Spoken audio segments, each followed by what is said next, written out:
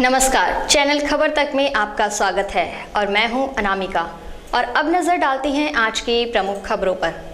Bharatiya Janata party के प्रदेश महामंत्री एवं पूर्व मंत्री मदन दिलावर ने कहा कि उनकी पार्टी चुनाव के लिए तैयार है और 6 महीने बाद आचार संहिता लग जाएगी। पार्टी का मकसद जो भारतीय जनता पार्टी की योजना है, केंद्र सरकार की योजना है, उनको आम जन तक पहुंचाना है। उन्होंने यह बात शनिवार को अलवर भारतीय जनता पार्टी के कार्यालय में पत्रकार वार्ता के दौरान कही। वे यहां 6 अप्रैल को भारतीय जनता पार्टी के स्थापना दिवस पर आयोजित होने वाले कार्यक्रमों की रूपरेखा के लिए आए थे। उन्होंने कहा कि स्थापना दिवस पर प्रत्येक कार्यकर्ता और समर्थक अपने घर पर झंडा लगाए। यह कार्य राष्ट्रीय अध्यक्ष से लेकर छोटे से छोटे कार्यकर्ता तक किया जाएगा। चुनाव को लेकर उन्होंने कहा कि भारतीय जनता पार्टी की सरकार जो कहती है वह करती है। केंद्र सरकार ने कश्मीर से धारा 370 हटा दी और अब राम मंदिर का निर्माण किया जा रहा है। सैनिकों को सुरक्षा कवच प्रदान किए गए हैं। कांग्रेस सैनिकों पर पत्थर फेंकवाती थी, लेकिन केंद्र की नरेंद्र मोदी सरकार ने सैनिकों के लिए काफी काम किए हैं और अब पत्थरबाजी भी बंद हो गई है। उन्होंने राजस्थान सरकार पर आक्रमण करते हुए कहा कि सरकार हर मोर्चे पर विफल है और झूठों का पुलिंदा है। अलवर में हुई ओलावृष्टि को लेकर उन्होंने कहा कि किसानों के नाम पर सरकार लूट रही है, लेकिन अभी तक फील्ड में कोई भी टीम नहीं गई है। वहीं टीम में जाने वाले लोगों पर भी दबाव डाला जा रहा है कि 33% से ज्यादा खराब नहीं लिखा जाए। फसल बीमा योजना में भारत सरकार, राजस्थान सरकार 49% और 2% किसान प्रीमियम देता है। किसानों की फसल के नुकसान को कम आंका जा रहा है। राजस्थान में डॉक्टरों की हड़ताल को लेकर उन्होंने कहा कि यह बिना तैयारी के किया हुआ बिल है। इस बिल में प्राइवेट हॉस्पिटल ही टारगेट नहीं, सरकारी अस्पताल भी टारगेट होने चाहिए। राजस्थान में रोगी बहुत संकट में है, क्योंकि डॉक्टरों ने हड़ताल कर रखी है और सरकार का कहना है कि हम सबको स्वास्थ्य का अधिकार दे रहे हैं और स्वास्थ्य का अधिकार देने के लिए उन्होंने कोई तैयारी नहीं की है। सरकार को चाहिए था कि वह अपना इंफ्रास्ट्रक्चर खड़े करते, उसके बाद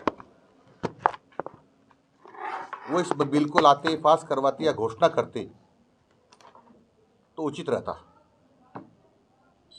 परंतु उनका सारा दारोमदार निजी हॉस्पिटल्स पर है और जो सरकार के हॉस्पिटल्स हैं उनमें मैं सबसे पहले बात करूं, जो सबसे छोटी इकाई होती है चिकित्सा की, उप स्वास्थ्य केंद्र होती है। लगभग सभी उप स्वास्थ्य केंद्रों में सरकार के आदेश हैं कि प्रसव होना चाहिए, यानी डिलीवरी वहाँ होना चाहिए, लेकिन अधिकांश जगह पर व्यवस्था नहीं है। पहली बात तो बिल्डिंग ही नहीं, बिल्डिंग है तो एएनएम नहीं है, यानी जो चिकित्सा कर्मी होना चाहिए वो है, तो उसके पास उपकरण नहीं है, दवाइयाँ नहीं। हम पीएचसी में, सीएचसी में जाते हैं तो उन्होंने कहा हुआ है कि इतनी जांचें तो यहाँ होंगी, इतनी जांचें यहाँ होंगी, तो कोई जांचें नहीं, जांचों की व्यवस्था नहीं है।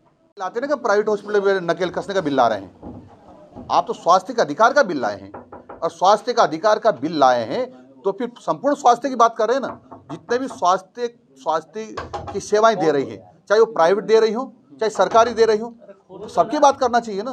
या तो एक बिल लाते, हमको प्राइवेट संस्थाओं पर नकेल कसने का, प्राइवेट होटल पर नकेल कसने का बिल लाना है, लाते कौन मना करता था?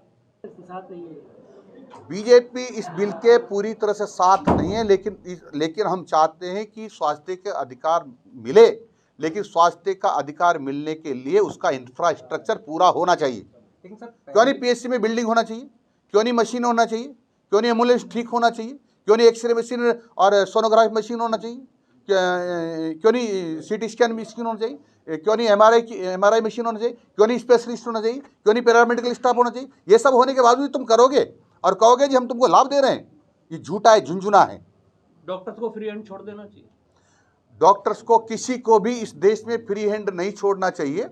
उनको कर्तव्य भी बताना चाहिए और उनसे सेवाएं भी लेना चाहिए, लेकिन जो तुम सेवाएं लेना चाहते हो और जो तुम उनसे अपेक्षा करती हो वो खुद पर भी उपयोग होना चाहिए। ऐसा नहीं कि हम दूसरे को तो ये देते रहें, सलाह देते रहें, दूसरे पे तो थोपते रहें और हम उसको स्वीकार नहीं करें। इन्होंने कहा जी हम आपको शिक्षा का अधिकार देता है। क्या हुआ शिक्षा का अधिकार का? जितने भी कॉलेज खोले हैं अधिकांश में प्रिंसिपल नहीं है, अधिकांश की बिल्डिंग नहीं बनी है, अधिकांश में लेक्चरर्स नहीं है, स्कूल खाली पड़े हुए हैं, अंग्रेजी स्कूल खोल दिए हैं, उसे अंग्रेजी पढ़ाने वाले नहीं हैं। ये शिक्षा का अधिकार होता है? ये मजाक बना दे शिक्षा को और बोला शिक्षा का अधिकार दे रहे हैं हम लोग। केवल झुंझुना पकड़ना चाहते हैं लोगों को, थोड़ी लोकप्रियता, सस्ती लोकप्रियता लूटना चाहते। ये नहीं चलेगा। हम चाहते राजस्थान की ही नहीं देश की जनता को स्वास्थ्य का अधिकार मिले, राजस्थान की जनता को स्वास्थ्य का अधिकार मिले, लेकिन सारे हॉस्पिटल्स में जो मापदंड तय हैं उसके हिसाब से, और जो आधा अधूरा बिल है उसको सस्पेंड करे और जहां तक अपना इंफ्रास्ट्रक्चर खड़ा करे और जो मापदंड उसके हिसाब से अपने हॉस्पिटल्स को भी ठीक करे, और फिर जो प्राइवेट हॉस्पिटल्स गड़बड़ करते हैं या सरकारी हॉस्पिटल गड़बड़ करते हैं या सरकारी अधिकारी गड़बड़ करते हैं उनको समान रूप से दंडित करने का प्रावधान हो। समाज कल्याण के मंत्री, राजस्थान के मुख्यमंत्री बहुत झूठे हैं। ये बजट हमारा जो होता है वो बहुत पवित्र बजट पुस्तिका होती है हमारी, उसको हम सब लोग स्वीकार करते हैं। इन्होंने पिछले साल कहा था अनुसूचित जाति के लोगों के लिए कल्याण के लिए 500 करोड़ रुपए बजट में रख रहे, कल्याण करेंगे। आज तक उसकी गाइडलाइंस जारी नहीं हुई। वो 500 करोड़ रुपए कहाँ गए? इन्होंने ये भी कहा था कि जो दिव्यांग लोग हैं उन दिव्यांगों को पेंशन के अलावा 1000 रुपये हम देंगे। आज तक नहीं दिए गए हैं। और एक और आदेश जारी किया है देने का कि जो 100% विकलांग होगा उसको देंगे। यानी 100% विकलांग तो मैं कह सकता हूं कि मुर्दा ही होता है, जिंदा तो 100% विकलांग होता ही नहीं।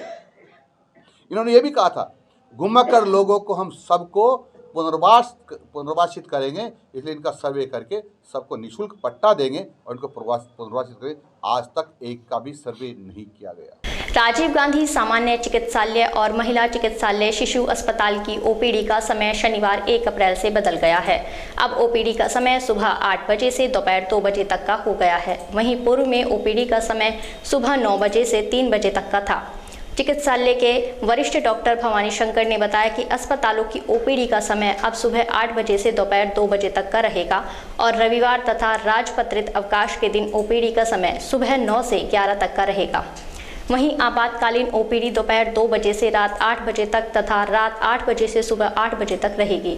वहीं रविवार और राजपत्रित अवकाश के दिन आपातकालीन ओपीडी 11 बजे से सुबह 8 बजे तक रहेगी। आज से जो है राजकीय चिकित्सालय का टाइम सुबह 8 से 2 बजे तक का हो गया है और छुट्टी के दिन, राजकीय अवकाश के दिन समय है वो 9 से 11 रहेगा। तो अभी सुबह से ही मरीज आ रहे हैं, मतलब? हाँ जी, सुबह से मरीज आ रहे हैं। 8 बजे से जो है ओपीडी जो चालू है और हम जो भी मरीज आ रहे हैं उनको जो है चिकित्सक परामर्श दे रहे हैं।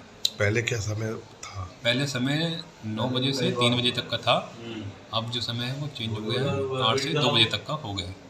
लक्ष्मणगढ़ थाना क्षेत्र के गांव खौरा मलावली में एक महिला ने अपने पीहर में जहरीला पदार्थ खा लिया, जिसे परिजनों ने अचेत अवस्था में राजीव गांधी सामान्य अस्पताल में भर्ती कराया, जहां उसकी इलाज के दौरान मौत हो गई। वहीं परिजनों ने इस मामले की सूचना लक्ष्मणगढ़ थाना पुलिस को दी। पुलिस ने मौके पर पहुंचकर मृतक महिला के शव का पोस्टमार्टम कराकर परिजनों को सौंप दिया।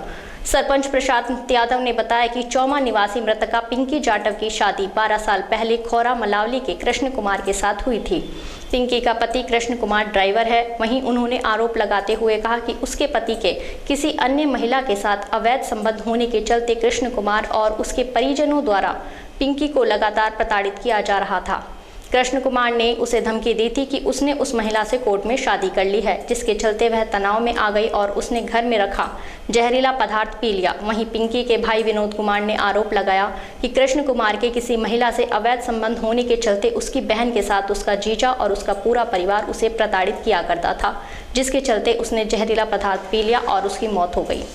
मालूम नहीं है, बट हम खेतन पे थे। अच्छा। हमारे जिया जी और सिस्टर है, उनमें आपस में कुछ बहस हुई है, कुछ बात पे कोई तो काफ़ी दिन से चल रही, करीब 15-20 दिन हो गए। उसके बाद में जो आज हम खेतन पे से आए तो हमारे पास में किसी ने चाचा जी ने फ़ोन करके बताया कि ऐसे ऐसे तुम्हारी सिस्टर ने जो दवाई की ली है। फिर हम यहाँ अलवर लेकर आए थे, अलवर लेकर आए थे आते हुए ऐसा क्यों किया इन्होंने, क्या कारण रहा पॉइजन खाया है? उनका कोई लड़की पटकी से कोई रिलेशन होता है। किसका? हमारे जिया जी का। अब उनका ऐसा ही भगा देते थे, रहने नहीं देते थे उधर, जो वो घर ही रहते हैं, यहाँ का कुछ नहीं। पीहर में कब से रह रही थी? पीहर में करीब हम मत बोले। हाँ करीब 8-9 साल हो गई, बट जो बीच बीच में कभी जिया जी आती थी तो उधर चल जाती 10-5 दिन के लिए, फिर इधर ही आ जाती थी। इधर ही है। कितने बच्चे हैं इनके? कितने 4 लड़की है, 1 लड़का है। क्या नाम है बेटे का? पिंकी वर्मा। रहने वाली कहाँ की है? खुर्रा मलावली। कहाँ पे आपने शादी करी थी? चौ में। ये हमारी बच्ची थी पिंकी वर्मा। ये लगभग 10-12 साल पहले इसकी शादी हमने चौमू से की थी। चौमू करने के बाद में जिस दिन से शादी की एक बच्ची हुई है इसकी, 2 महीने की होने के बाद में ससुराल वालों ने पूरी तरह से इसको टॉर्चर करके पीहर पे छोड़ने के लिए मजबूर कर दिया था। और उसी दिन से अपने माँ बाप के रह रही है। ये माँ बाप ने ही इनके 4 लड़कियां हैं, 1 लड़का है। लड़का अभी हुआ है, उसका अभी 4 महीने से कम है, ओनली 4 मंथ की एज है उसकी। बिल्कुल। और इनका लड़की का जो देवर था, ससुर है और सास, ये ज़्यादा टॉर्चर था। आदमी कुछ समय के लिए इसका जो हस्बैंड है ये गाड़ी चलाता है बाहर, चलाने के बाद में कुछ समय इसने खर्चा दिया। अब 2-2.5 साल से तो इसको बिल्कुल भी खर्चा नहीं दे पा रहे ये। और आए दिन मजबूरी है, जब लड़की उसको समझाती है कि भाई मेरा तो ख्याल करो आप, कि मैंने आपको खाते में पैसे डलवा रहा हूँ, आपको मेरी कोई वो नहीं है, कर आप कोई दूसरी औरत के साथ में उसका अटैचमेंट है, उसको लिए घूमता है। कई बार लड़की ने कहाँ की रहने वाली है वो ऐसा बता रही थी लड़की पहले। और इसकी जो मदर इन लॉ है, जो भी ये बताई थी, वो गंडोड़ा की रहने वाली है। पर अब उसका पता नहीं कहाँ, गाड़ियों पे कई बार वो इनके ननदेव के यहाँ भी लेके गए थे। और कई बार इस लड़के ने समझाया। आज जिस दिन कल जैसे ही घटना घटी है, लड़की ने पूरी तरह से वो किया था कि आप ऐसा मत करो, इसको छोड़ के आओ और आप मेरे पास आओ। अरे तुम मरना है तो मरो, मैंने तो उससे कोर्ट में शादी कर ली है, कोर्ट मैरिज कर ली है, चाहे मेरी तरफ से तू आज मर जा। इसके पति ने बोला? इसके हस्बैंड ने, पिंकी के हस्बैंड ने। पिंकी से बोला था? पिंकी के लिए, पिंकी को बोला था। ये कह के वो लड़की करे तुझको इतनी मेरे से नफरत है तो मैं आज जिंदी नहीं रहूँगी।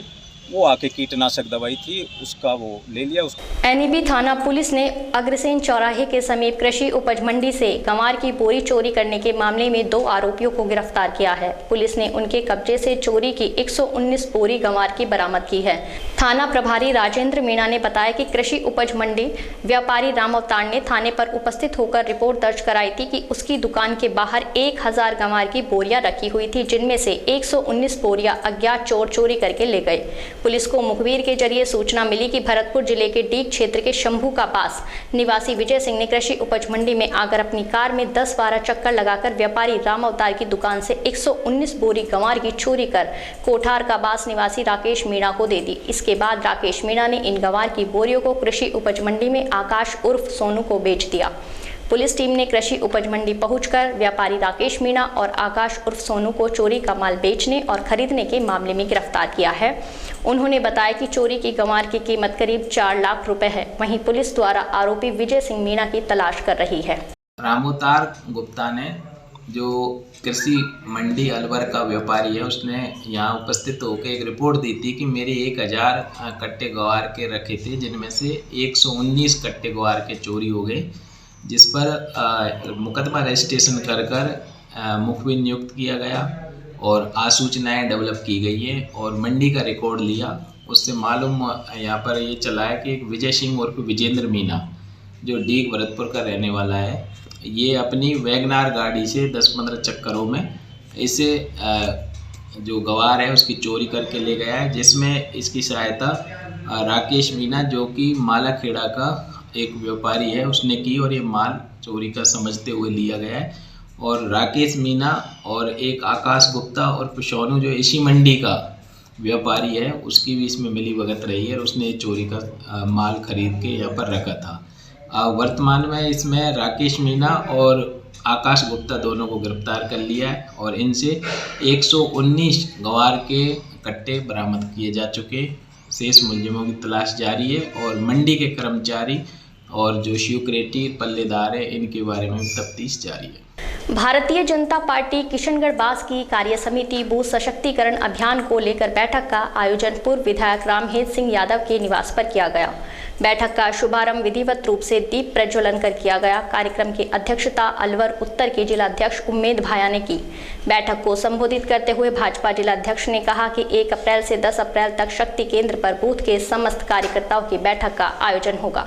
वहीं मतदाता सूची और पन्ना प्रमुखों की समीक्षा की जाएगी। बूथ पर नव मतदाता अभियान चलाकर उन्हें पार्टी की रीति नीतियों से अवगत कराया जाएगा और पार्टी से जोड़ा जाएगा। इस अवसर पर पूर्व विधायक रामहेत सिंह यादव ने कार्यकर्ताओं को संबोधित करते हुए कहा कि कांग्रेस पार्टी ने राजस्थान में आने से पहले जनता से झूठे वादे किए थे। राहुल गांधी ने चुनाव के समय कहा था कि कांग्रेस की सरकार आते ही किसानों का 10 दिन में कर्जा माफ कर देगी, लेकिन किसानों का आज तक कोई कर्जा माफ नहीं हुआ।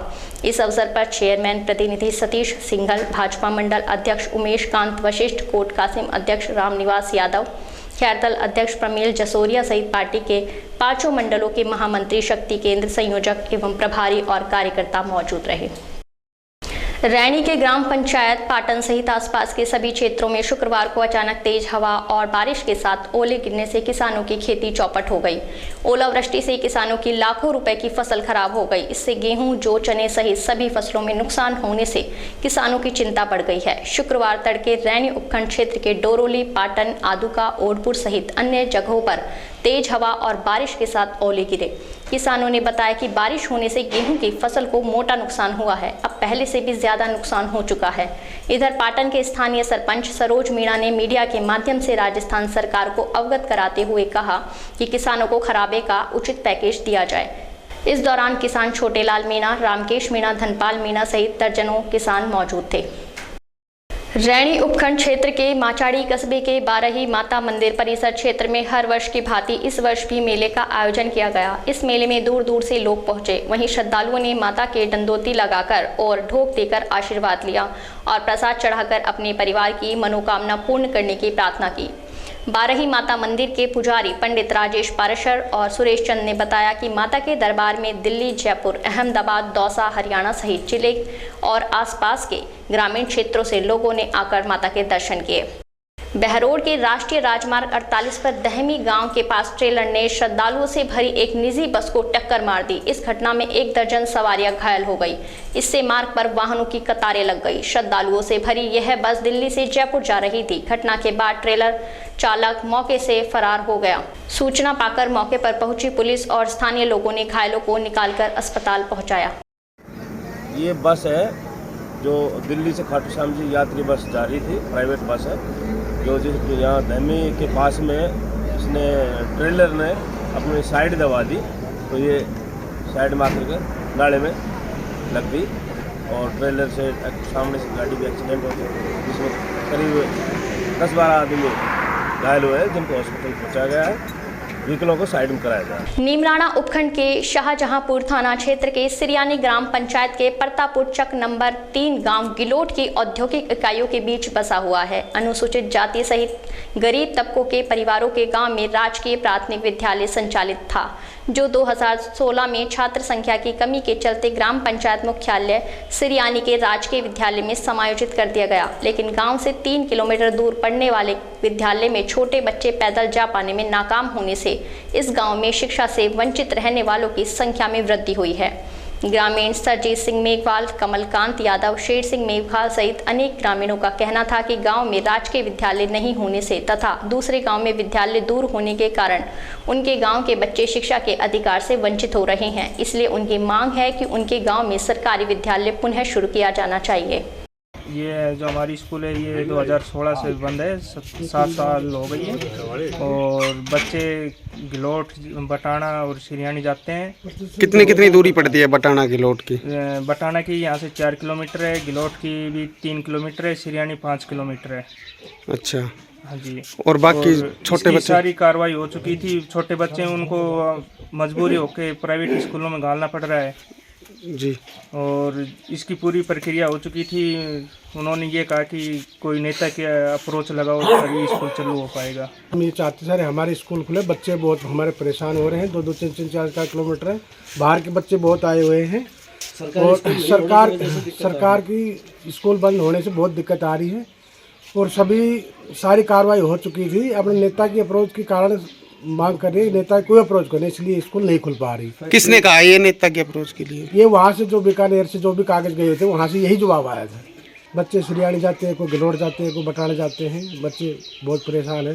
रोड हाईवे पड़ता है, एक्सीडेंट का खतरा रहता है, बहुत से बच्चे नहीं, छोटे बच्चे जा ही नहीं पाते हैं। वो रास्ता भी नहीं है, नया गांव तो चक नंबर 1 से तो रास्ता ही नहीं है बिल्कुल सिरियानी जाने के लिए। तो वहाँ शहरों में कांटा लगा देते हैं बाढ़ के, और बच्चे बड़े परेशान हो जाते हैं। कठूमर उपखंड क्षेत्र के ग्राम बहतुकला में चौकीदारी का काम करने वाले एक 62 वर्षीय व्यक्ति की अज्ञात कारणों के चलते मौत हो गई। मिली जानकारी के अनुसार बहतुकला निवासी खिल्लू राम जाट धर्मशाला धोलागढ़ में चौकीदारी का काम करता था। गत रात्रि वह अपने कमरे में सो गया। इस उपरांत सुबह जब 10 बजे तक वह नहीं जागा तो लोगों ने उसे आवाज लगाई। उसके बाद लोगों ने देखा कि खिल्लू राम अचेत अवस्था में अपने बिस्तर पर पड़ा हुआ है, जिसकी सूचना पाकर पुलिस मौके पर पहुंची और शव को अपने कब्जे में लेकर मोर्चरी में रखवाया। मृतक के परिजन दिल्ली में रहते हैं। परिजनों के आने के बाद शव उन्हें सौंप दिया गया। खेड़ली कस्बे के समीपवर्ती गांव खेरली रेल में अपनी ससुराल आए एक युवक की अज्ञात कारणों के चलते मौत हो गई। पुलिस ने जानकारी देते हुए बताया कि सिकंदरा बयाना निवासी मुकेश पुत्र मोहर सिंह अपनी पत्नी और बच्चों को लेने के लिए यहां आया हुआ था, जहां ससुराल में अज्ञात कारणों के चलते उसकी मौत हो गई, जिसके बाद पुलिस ने शव को अस्पताल की मोर्चरी में रखवाया। सूचना पर परिजनों सहित काफी संख्या में लोगों की भीड़ जमा हो गई। बने सिंह नाम के व्यक्ति ने एक सूचना दी थी कि साहब मेरा दामाद जिसकी हालत ख़राब है, उस इतला पर मैं ESI चरण सिंह थाना खेड़ली से CSC हॉस्पिटल खेड़ली में आया था और खेड़ली में आकर मैंने डॉक्टर साहब को उसको दिखाया। डॉक्टर साहब ने मृत घोषित कर दिया। उसका नाम बने सिंह ने अपने दामाद के रूप में मुकेश सनौत मोहर सिंह, जाति जाटा, उम्र 30 साल, निवासी सिकंदरा थाना बयाना का होना बताया था, जिस पर उसको कल शाम को रात्रिकालीन होने के कारण पोस्टमार्टम नहीं हो सका तो उसको मोर्चरी रूम में रखवाया था। अव्वल सुबह वक्त उसके परिजन, उसके भाई वगैरह आए थे और पोस्टमार्टम कराया गया। उन्होंने एक रिपोर्ट पेश की कि साहब इस तरीके से हमारे भाई के अज्ञात कानून से मृत्यु हो गई है, जिस पर मर्ग दर्ज कर पोस्टमार्टम कराया जा चुका है, अग्रिम कार्रवाई की गई। किस संबंध में मतलब आया था यहाँ कोई? ये उन्होंने बताया था कि अपनी पत्नी से मिलने ये यहाँ पे आया था। इसकी पत्नी काफ़ी दिनों से यहाँ रह रही थी। मालाखेड़ा उपखंड क्षेत्र में दोपहर 3 बजे के बाद बारिश और ओलावृष्टि से जनजीवन अस्त व्यस्त हो गया, जहां करीब 1 दर्जन गांवों में भीषण ओलावृष्टि से गेहूं की फसल नष्ट हो गई। वहीं अतिवृष्टि से कटी हुई गेहूं की फसल पानी में तैरती हुई नजर आई। शनिवार तक ओले नहीं गले तथा खेतों में बारिश का पानी भरा रहा। इस बेमौसम की बारिश और ओलावृष्टि से किसानों की फसल पूरी तरह से बर्बाद हो गई। हरिपुरा, पृथ्वीपुरा, बालेटा, खारेड़ा सहित उपखंड क्षेत्र के अनेक गांवों में जहां पहले ओलावृष्टि हुई थी, वहां पर खड़ी और कटी पड़ी फसल पर बारिश होने से फसल चौपट हो गई। सरपंच हजारीलाल मीणा के साथ ग्रामीण ओलों की परत को देखने गए। इस दौरान इन्हें 2 से 3 फुट तक की बर्फ जमी हुई दिखाई दी। वहीं हरिपुरा में ओलों की मार से घायल हुए ऊंट को ग्रामीणों ने बर्फ से तो निकाल लिया, लेकिन ओलों की मार से घायल हुआ ऊंट ग्रामीणों के काफी प्रयास के बाद भी खड़ा नहीं हो सका। ओलावृष्टि से क्षेत्र के पशुपालक खासे परेशान नजर आए। ओलावृष्टि हुई है जिससे कि छत इतनी जम गई, नदी जो बही है, जो निखालस ओड़ों की बही है, इतनी भयंकर बारिश हुई है, इतनी भयंकर ओलावृष्टि हुई है कि किसान के पास में आज की तारीख में देखें तो कुछ भी नहीं बचा है। किसान हाहाकार सारा अपना हताश होकर कल रात से बैठा हुआ है, जिन्हों के आज चूल्हा तक बंद है, कोई चूल्हा तक नहीं जल रहा किसान के। मैं सरकार से भी अनुरोध यही चाहूँगा कि किसान को फुल से फुल ये कोई मुआवजा दिया जाए, जिससे कि किसान किसी प्रकार से बेचारा अपना संतुष्ट हो सके। नहीं तो आज की तारीख में देखें तो किसान के पास में कुछ नहीं बचा है। किसान बिल्कुल अपना हताश हो चुका, नंगा हो चुका है। मंत्री महोदय से भी निवेदन किया, मंत्री महोदय ने भी अपने कलेक्टर साहब को और इनको प्रशासन को इतला दिए, वो भी अपनी आंच के सर्वे कर रहे हैं। तो मैं तो इनसे सर्वे वालों से, प्रशासन से यही अनुरोध करूंगा कि सर्वे बनाएं तो हमारी पूरी 100% बनाएं। अगर वो 10-20% अगर ये घुसाते हैं तो मैं अभी आंजगा से ट्रैक्टर ट्रॉली जैसे भी भर के ओलावृष्टि की और मालेखड़ा तहसील में ले जाके, कलेक्ट्रेट में ले जाके और वहाँ पर पटकूंगा। अगर इन्होंने कोई लापरवाही बरती प्रशासन ने तो इसके बिल्कुल खिलाफ मेरा पूरा गांव रहेगा, पूरी पब्लिक रहेगी मेरे साथ में। ये हम बर्दाश्त नहीं करेंगे। अगर हमारी सर्वे करनी है तो पूरी 100% करें। इसमें अरंतु परंतु कुछ नहीं लगाया कि भाई 10% हुआ है या 50% हुआ है। मैं ये मेरे ग्रामवासी यही चाहेंगे, सारी पब्लिक यही चाहेगी कि अगर नुकसान बताए तो पूरा 100% बताए। अगर इसमें 10-20% घुसाई और अगर मगर लगाया कोई भी अपना, चाहे पटवारी हो, कानू का हो, गिरदावर हो, तहसीलदार हो, तो इसमें गांव कत्ते ही कोताही नहीं बरतेगा। बालेटा का पुराना बंद के नाम से बोला जाता है और मतलब 20 घंटे लगभग बारिश हो चुका है। गेहूँ जो पानी में तैर रहे हैं और अभी तक तो ओले भी नहीं गड़ पाए पूरी तरीक़ा से, और यहाँ पूरी फसल नष्ट है, पूरे एरिया की बालेटा की, और सब गेहूँ ये पानी में तैर रहे हैं 20 घंटे से। जो अन्न तो ख़त्म हो ही रहा है और पशुओं के लिए भूसा चारा वो भी बिल्कुल नष्ट स्थिति में है बिल्कुल। अब जनता को पूरी मतलब हालात का सामना करना पड़ेगा, गंभीर हालात है सर इस विषय में। वहीं जिला कलेक्टर जितेंद्र सोनी ने शनिवार को ओलावृष्टि से नष्ट हुई फसल का आकलन करने ग्रामीण क्षेत्रों में पहुंचे। इस दौरान उनके साथ बीमा कंपनी के प्रतिनिधि, कृषि विभाग के पर्यवेक्षक, पंचायती राज कर्मचारी, राजस्व विभाग के कर्मचारी मौजूद रहे। वहीं सरपंच बीएल मीणा, जगदीश मीणा, हजारी मीणा, जगदीश बैरवा सहित अन्य लोगों ने जिला कलेक्टर को ओलावृष्टि से नष्ट हुई फसल का मुआयना कराया। इस दौरान जिला कलेक्टर ने कहा कि ओलावृष्टि एवं बारिश से किसानों की फसल में 100% नुकसान हुआ है, जिससे किसानों के पास अब ना तो दाना बचा है और ना ही चारा। वहीं उन्होंने कहा कि सर्वे के दौरान किसी भी कर्मचारी ने लापरवाही और उदासीनता बरती तो उसे बख्शा नहीं जाएगा। इसके बाद जिला कलेक्टर सोनी ने पुनखर, भंडोरी, बालेटा, भड़ोली, हरिपुरा, पृथ्वीपुरा, इमटूपुरा, नावली सहित अन्य गांवों का सर्वे किया। इस दौरान उपखंड अधिकारी धीरेन्द्र सोनी, तहसीलदार शैतान सिंह, श्रीलाल मीणा, अनीता मीणा और उमा देवी भी मौजूद रहे। एसडीएम साहब लगातार मॉनिटर कर रहे हैं, वो हमारे तहसीलदार जी हैं, ये तो कल शाम से ही जा रहे हैं। तो आप बिल्कुल नहीं आए थे साहब तहसीलदार। क्या शुभ नाम आपका? शेर मोहम्मद जी, मेरी बात सुनिए, मैं इसको समझ गया हूँ, ठीक है। मैं खुद गांव से हूँ, किसान परिवार से हूँ, इसलिए आप बिल्कुल चिंता ना करें। इनको बहुत ढंग से बोल दिया कि इसको चेक करा लेंगे, ठीक है। अब मैंने इनको एग्जाम्पल देके बता दिया ना कि देखो ये हाल है, अब इन्हें क्या बचा है बता दें, ठीक है। कोई कुछ पूछना है? नहीं, कोई दिक्कत नहीं, ठीक है। और आप लोगों को मैंने बता दिया, आप निश्चिंत रहें कि ढंग से इसको चेक करेंगे। समाचारों में वक्त हो चला है अब एक छोटे से ब्रेक का। आप देखते रहिए खबर तक।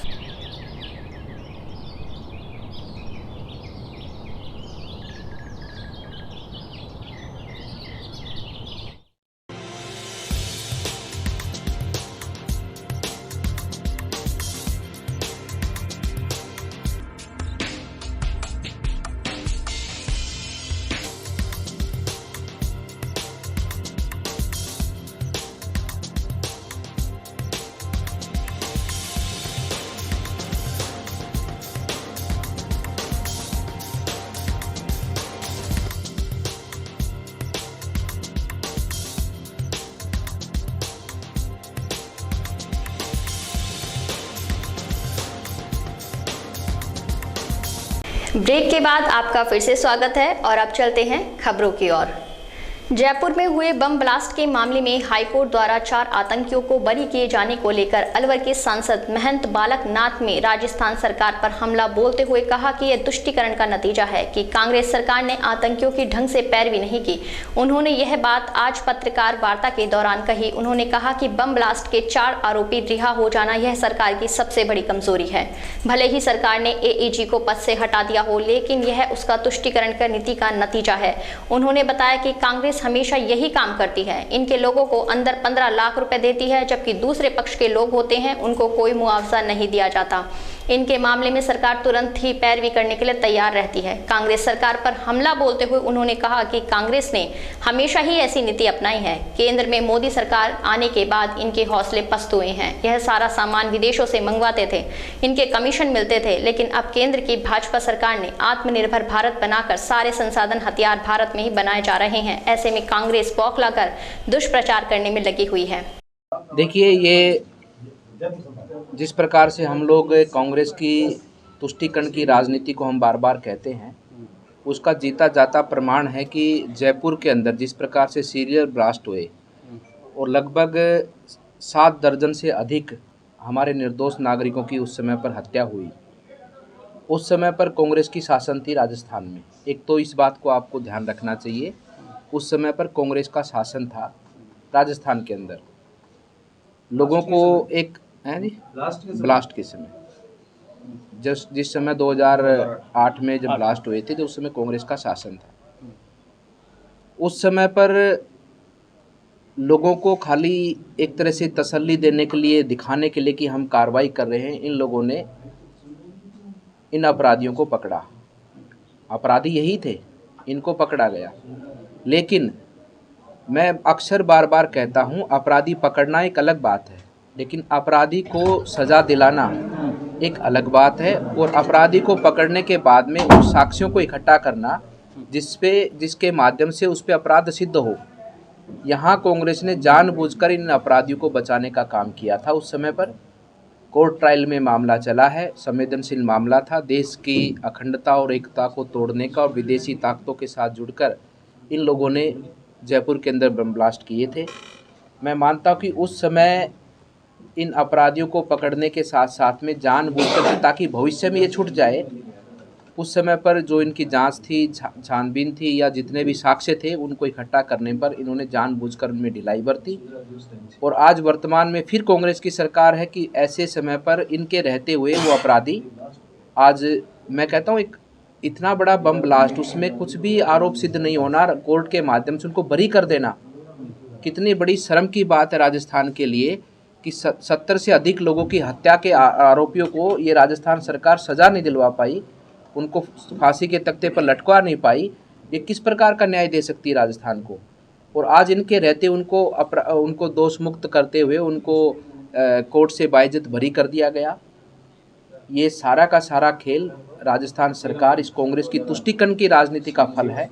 ये नहीं चाहते कि इनकी बिरादरी के लोगों को सज़ा मिले, क्योंकि ये तुष्टीकरण की राजनीति करते हैं, एक संप्रदाय विशेष के लोगों को आगे रखते हैं, उनको ही पार्टियां देते हैं, उनको ही सब सरकार की सुविधाएं देते हैं।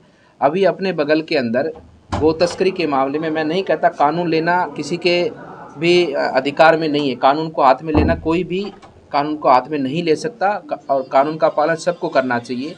लेकिन जो भी हुआ, जैसे भी हुआ, उसकी इन्वेस्टिगेशन पुलिस कर रही है। लेकिन यहीं बालेटा में जब धर्मायोगी मरता है तो उसको आज तक 1 लाख रुपए नहीं मिलते हैं, और वहाँ वो 3 आदमी जो गौ तस्करी में लिप्त हैं, उनके ऊपर 10-12 मुकदमे हैं, उनको ये सरकार आके 15-15, 20-20 लाख हाथों हाथ देती है। तो ये सरकार की तुष्टीकरण की राजनीति को स्पष्ट करता है कि सरकार किस मंशा की है और किस मंशा से काम करना चाहती है। ये नहीं चाहती कि देश आगे बढ़े, ये नहीं चाहती कि देश के लोग शिक्षा के क्षेत्र में आगे बढ़े। और आज माननीय प्रधानमंत्री जी के जिस प्रकार से ये छवि को धूमिल करने में लगे हैं, इनके जो प्रयास है, क्योंकि इनके साथ विदेशी ताकतों का पैसा है, क्योंकि कौन चाहेगा कि जब विदेशी लोगों की दुकानें यहाँ भारत में चलती थी, उनका सामान बिकता था, तो कौन सा देश चाहेगा कि भारत आत्मनिर्भर बने, कौन सा देश चाहेगा कि भारत मजबूत बने। तो विदेशी ताकतों के साथ मिलकर ये कांग्रेस आज भारत की छवि को पूरी दुनिया में, और माननीय प्रधानमंत्री जो दुनिया के जन जन के एक लोकप्रिय नेता है, ये तो दुनिया का सर्वे है, किसी ने किसी के ऊपर जोर नहीं दिया। आज सोशल मीडिया के टाइम में लोग खुद अपने आप से सर्वे में भाग लेते हैं। आज दुनिया के नंबर 1 और सबके लोकप्रिय नेता माननीय प्रधानमंत्री को जिस तरह से ये लोग अपमानित करने का काम करते हैं, जिस प्रकार से भारत की छवि को धूमिल करने का काम करते हैं, इन लोगों का केवल सत्ता प्राप्ति का कार्य है। ये लोग केवल सत्ता को चाहते हैं और सत्ता के लिए कुछ भी कर सकते हैं, देश को भी बदनाम कर सकते हैं और देश को लुटा भी सकते हैं, कुछ भी कर सकते हैं।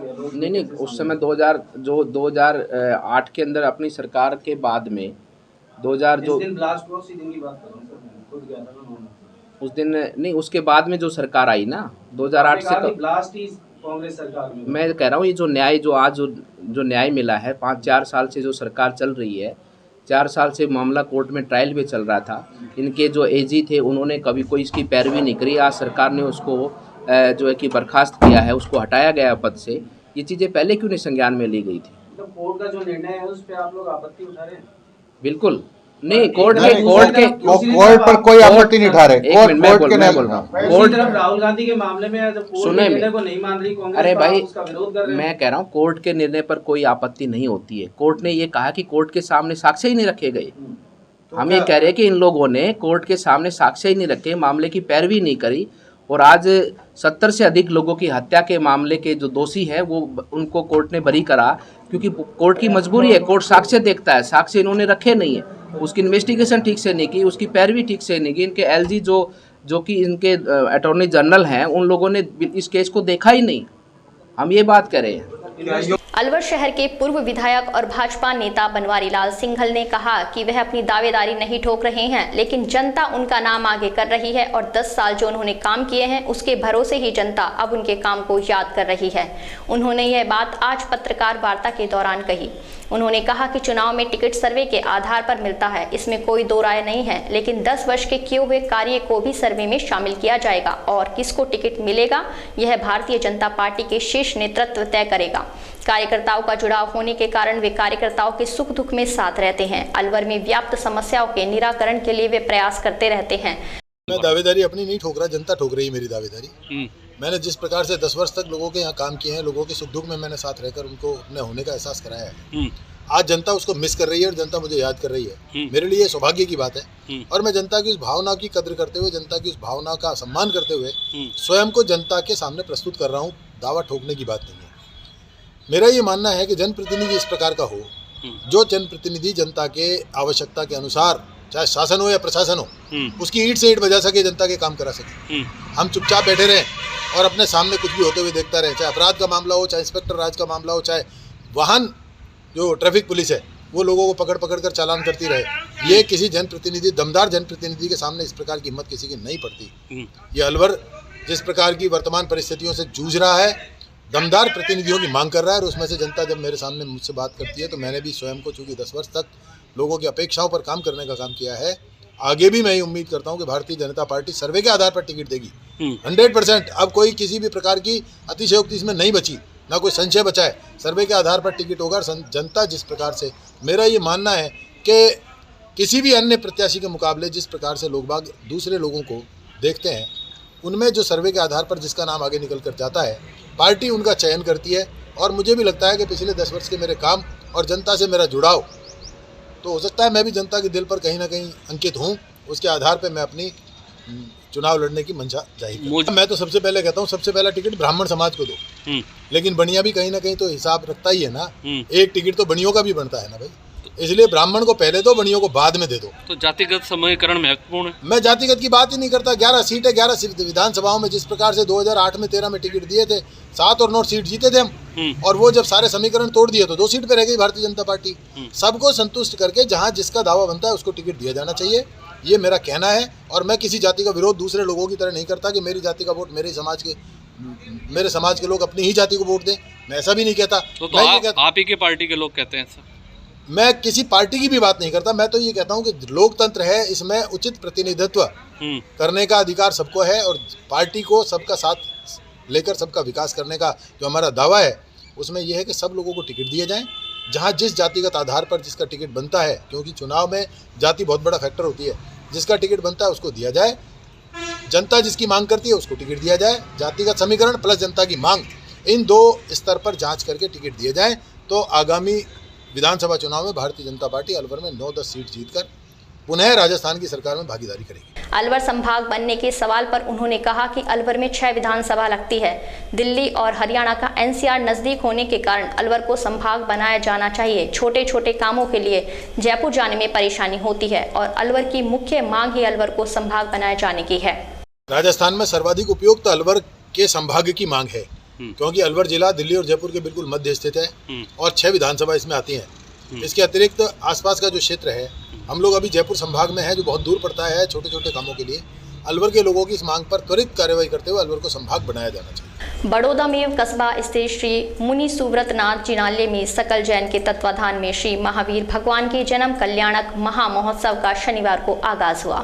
संस्कार जैन ने बताया कि इस कार्यक्रम में विधानाचार्य नितेश शास्त्री के मार्गदर्शन में शनिवार सुबह श्रद्धालुओं ने मंत्रोच्चार के साथ श्री जी का अभिषेक कर पूजन किया। कार्यक्रम के पहले दिन धार्मिक स्वर लहरियों के साथ नित्य नियम पूजन किया गया। वहीं शाम को श्री चंद्र प्रभु जिनालय में संगीत में सामूहिक आरती की गई। इस दौरान सुमत चंद पारस चंद, राजेश, रमेश, दिनेश, विनोद, एकता जैन आदि मौजूद रहे। उन्होंने बताया कि कार्यक्रम के दूसरे दिन रविवार को विघ्नहरण पार्श्वनाथ के विधान का आयोजन किया जाएगा। वहीं कार्यक्रम के तीसरे दिन 24वें तीर्थंकर महावीर भगवान के जन्म कल्याणक महामहोत्सव पर प्रातः महावीर भगवान का अभिषेक, पूजन और शांति धारा की जाएगी। इसके बाद श्री जी की पालकी और भव्य शोभा यात्रा निकाली जाएगी। जैन धर्म में दो कार्यक्रम बड़े ही धूमधाम के साथ एक साथ संपूर्ण विश्व में मनाए जाते हैं, जिसमें भादव मास का दशलक्षण महापर्व और चैत्र माह में भगवान महावीर स्वामी जो 24वें तीर्थंकर हुए हैं, जिनका जन्म कल्याणक महामहोत्सव बड़े ही धूमधाम के साथ संपूर्ण विश्व में एक साथ मनाया जाता है। हर वर्ष की भांति इस बड़ौदा में नगर कस्बे में भी बड़े ही हर्षोल्लास के साथ संपूर्ण समाज में माहौल है और भगवान महावीर स्वामी का जन्म कल्याणक महामहोत्सव 3 दिवसीय रूप में मनाने जाने का प्रावधान है। इसमें 1 तारीख को भगवान महावीर स्वामी के जन्म कल्याणक के पूर्व मुनीश्वरनाथ विधान का आयोजन किया गया है। संध्याकालीन बेला में मुनिश्री के प्रवचन परम पूज्य मुनिश्री अभिनंदन सागर जी महाराज जी का शुभ सानिध्य प्राप्त हुआ है और 2 तारीख को श्री कल्याण मंदिर स्तोत्र महामंडल विधान पार्श्वनाथ विधान का आयोजन किया गया है। संध्याकालीन बेला में भक्तामर स्तोत्र का दीप अर्चना का कार्यक्रम और 3 तारीख को भगवान महावीर स्वामी जी का जन्म कल्याणक बड़े ही धूमधाम के साथ संपूर्ण नगर में मनाया जाएगा, जिसमें जुलूस और भव्य झांकियां रहेंगी जो भगवान महावीर स्वामी के शुभ संदेश जियो और जीने दो, अहिंसा परमो धर्म के इत्यादि महान संदेशों को संपूर्ण समाज के साथ नगर के साथ प्रेषित करेगी। रामगढ़ कस्बे के बस स्टैंड पर स्थित विद्युत विभाग कार्यालय में कर्मचारी सम्मान समारोह कार्यक्रम का आयोजन किया गया। इस दौरान मार्च महीने की वसूली अभियान में पूरे डिवीजन में रामगढ़ प्रथम स्थान पर आया है।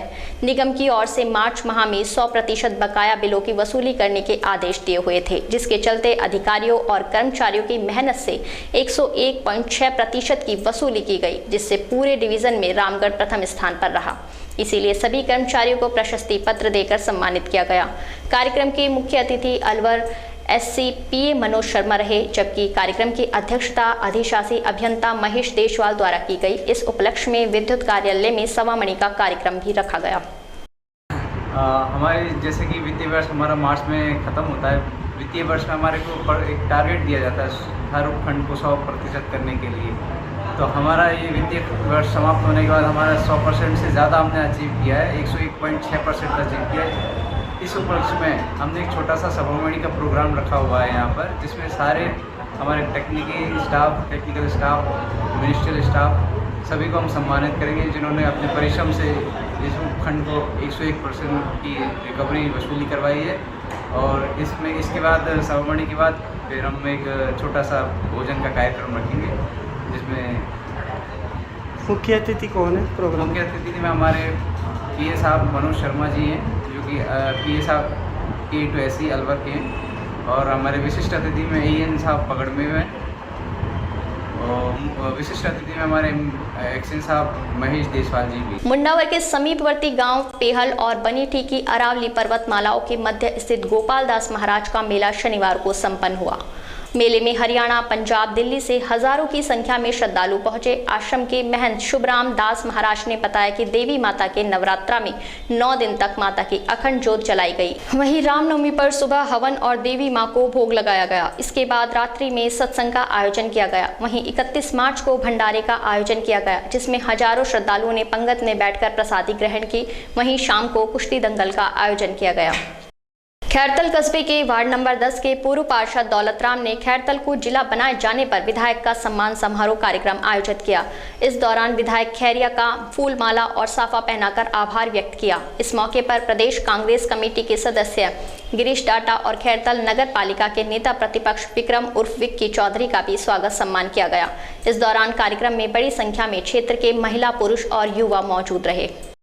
नौगांवा कस्बे में रामनवमी के पावन पर्व के बाद 2 अप्रैल को रावण दहन और कुश्ती दंगल का आयोजन किया जाएगा। युवा मोर्चा भाजपा अध्यक्ष करण सिंह चौहान ने बताया कि राजस्थान के सिंहद्वार अलवर जिले की नौगांवा तहसील में रामनवमी के पावन पर्व के पश्चात विशाल कुश्ती दंगल का आयोजन किया जाएगा। इस कुश्ती दंगल में जिले सहित अनेक क्षेत्रों के पहलवान अपना दमखम दिखाने आते हैं। रामनवमी के उपलक्ष्य में सनातन धर्म के गणमान्य लोगों और सभी ग्रामवासियों के सहयोग से यह पर्व मनाया जाता है। वहीं कस्बे में 2 अप्रैल को शाम 6 बजे रावण दहन किया जाएगा। गाँव में 2 अप्रैल को रावण दहन और कुश्ती दंगल का आयोजन किया जा रहा है। मैं करण सिंह चौहान, मंडल अध्यक्ष युवा मोर्चा नौगांवा। आपका राजस्थान के सिंहद्वार अलवर जिले के नौगांवा तहसील में रामनवमी के पावन पर्व पर पश्चात नौगांवा में विशाल कुश्ती दंगल का आयोजन होने जा रहा है, जिसमें बाहर गांव के पहलवान अपनी किस्मत आजमाने और अपने आप को भाग्यशाली समझते हैं कि नौगांवा कस्बे की धरा पर वे कुश्ती जीत के जाएं। रामनवमी के पावन पर्व पर उपलक्ष्य में राम सनातन धर्म के गणमान्य व्यक्तियों द्वारा और सभी ग्रामवासियों सहयोग से मनाया जा रहा है। इसमें आप सादर आमंत्रित हैं।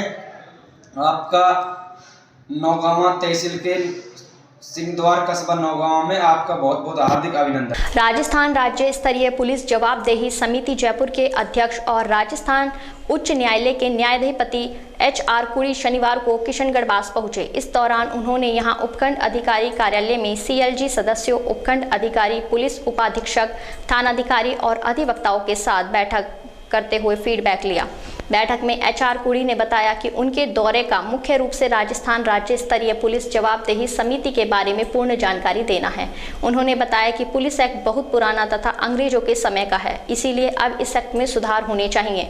पुलिस एक्ट के बारे में अधिकांश लोगों को इसकी कोई जानकारी नहीं होती। इसके पीछे पुलिस जवाबदेही समिति की मंशा यह है कि पीड़ित को न्याय मिले। पुलिस कानून के प्रति जवाबदेह है। इस समिति का काम किसी पुलिस अधिकारी को ठीक करने का नहीं है। वहीं इससे पूर्व पुलिस जवाबदेही समिति के अध्यक्ष HR कुड़ी के किशनगढ़ पहुंचने पर CLG सदस्यों और अभिभावक संघ की ओर से माला और साफा पहनाकर स्वागत किया गया। किशनगढ़ का मेरा जो दौरा है मुख्य रूप से पुलिस जवाबदेही समिति जो स्टेट लेवल की है, जिसका मैं चेयरमैन हूँ, उसके बारे में किशनगढ़ के अधिवक्तागण, यहाँ के अधिकारीगण, पुलिस अधिकारीगण, प्रशासनिक अधिकारीगण, CLG मेंबर्स, उनके साथ मेरी विशेष रूप से चर्चा इस एक्ट का कार्य क्षेत्र क्या है, ये एक्ट क्यों बना, इसकी मंशा क्या है, पुलिस के किस अधिकारी, किस लेवल के अधिकारी कंप्लेंट की जा सकती है, उनके एक्शन, इन एक्शन, उस संबंध में पब्लिक में ज़्यादा से ज़्यादा जागरूकता हो, इस कानून के बारे में जानकारी हो। इस संबंध में मेरा आज किशनगढ़ का दौरा रहा है। इसमें मैंने अधिवक्तागण, अधिकारीगण, CLG के साथ में वार्ता की और इस कमेटी के बारे में, पुलिस एक्ट के बारे में जानकारी। वहीं इससे पूर्व पुलिस जवाबदेही समिति के अध्यक्ष HR कुड़ी के किशनगढ़ पहुंचने पर CLG सदस्यों और अभिभाषक संघ की ओर से साफा और माल्यार्पण कर स्वागत किया गया। CLG की बैठक के दौरान पूर्व सरपंच अजय चौधरी ने पुलिस जवाबदेही समिति के कार्य क्षेत्र व कार्य के स्तर के बारे में जानकारी ली। इस मौके पर बैठक में उपखंड अधिकारी गंगाधर मीणा, पुलिस उपाधीक्षक जयप्रकाश बेनीवाल, थानाधिकारी अमित चौधरी, पूर्व प्रधान विनय व्यास, रहमत शाह अलवी सहित CLG सदस्य और बार अध्यक्ष एडवोकेट अमित गौड़ सहित अनेक गणमान्य लोग मौजूद रहे। शाहजहाँपुर क्षेत्र में इन दिनों हाईवे की सर्विस लाइन ही नहीं बल्कि हाईवे भी दरिया का रूप ले चुकी है।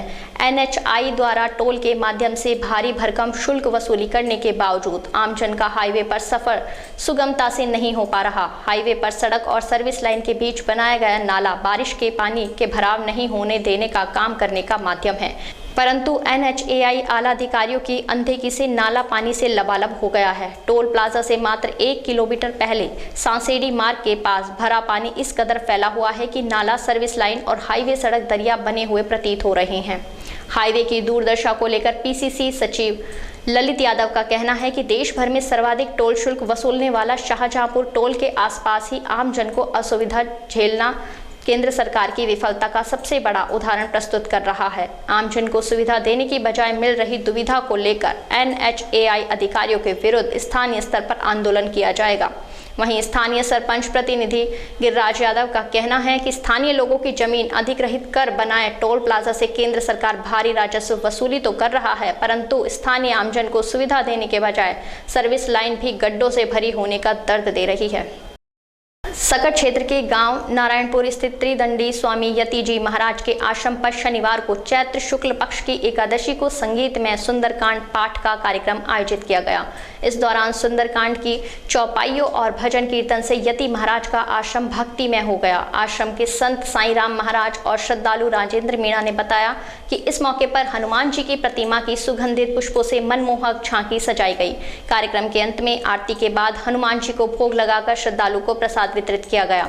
इस मौके पर सकट सरपंच प्रतिनिधि फूलचंद सैनी, समाज सेवी दिलीप सिंह राजपूत, रेवड़मल सैनी, रूप किशोर जयमन, लोकेश प्रजापत, भगवती सैनी सहित अनेक श्रद्धालु मौजूद रहे।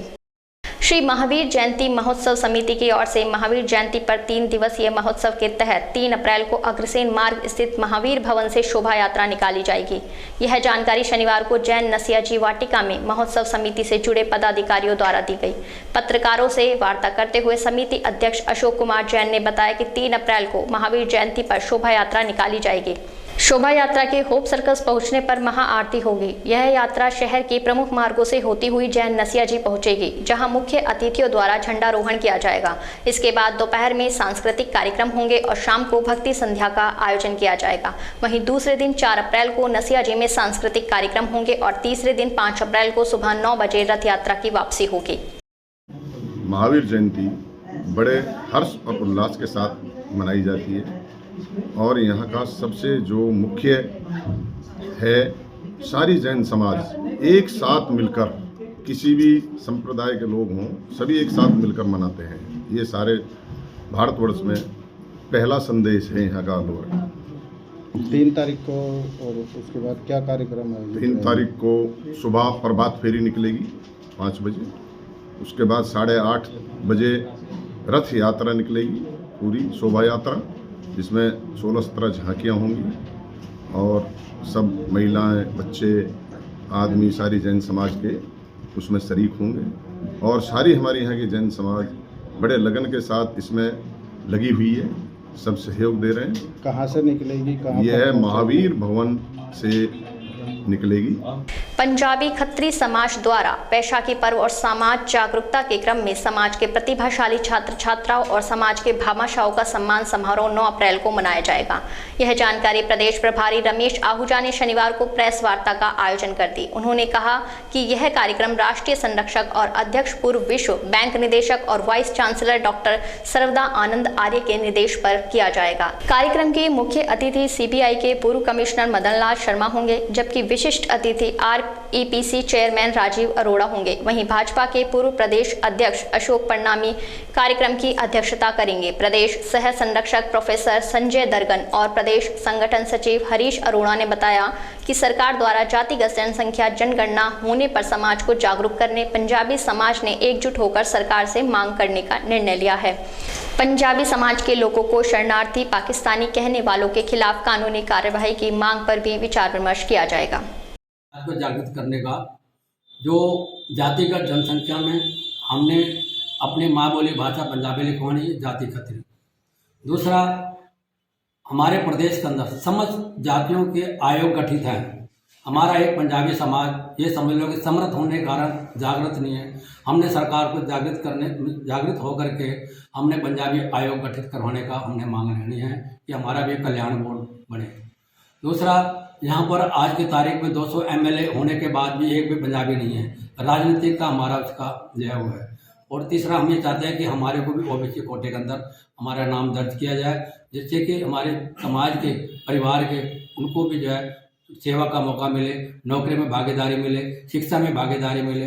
जो हमारी जो स्थिति जो खराब है समाज की, वो कृपया उस पर सुधार हो। हमारा ये मेन मोटिवेशन लक्ष्य है। हमारे जो इसके अंदर जो मुख्य अतिथि रहेंगे अपने श्री मदन लाल जी शर्मा, जो दिल्ली के पूर्व कमिश्नर हैं CBI के, और दूसरा श्री राजीव अरोड़ा जी हैं, जो वाइस प्रेसिडेंट भी हैं, उद्योग विभाग के मंत्री भी हैं, और अध्यक्षता करवाएंगे अशोक परनामी जी, ये हमारे रहेंगे। बाकी के हमारे जो अलवर के जो प्रमुख भामाशाह हैं, हमने भी उनको सम्मानित करके उनको भी आसन पर हम विराजमान कराएंगे। आज समाचारों में इतना ही। दीजिए मुझे और मेरी टीम को इजाज़त। नमस्कार।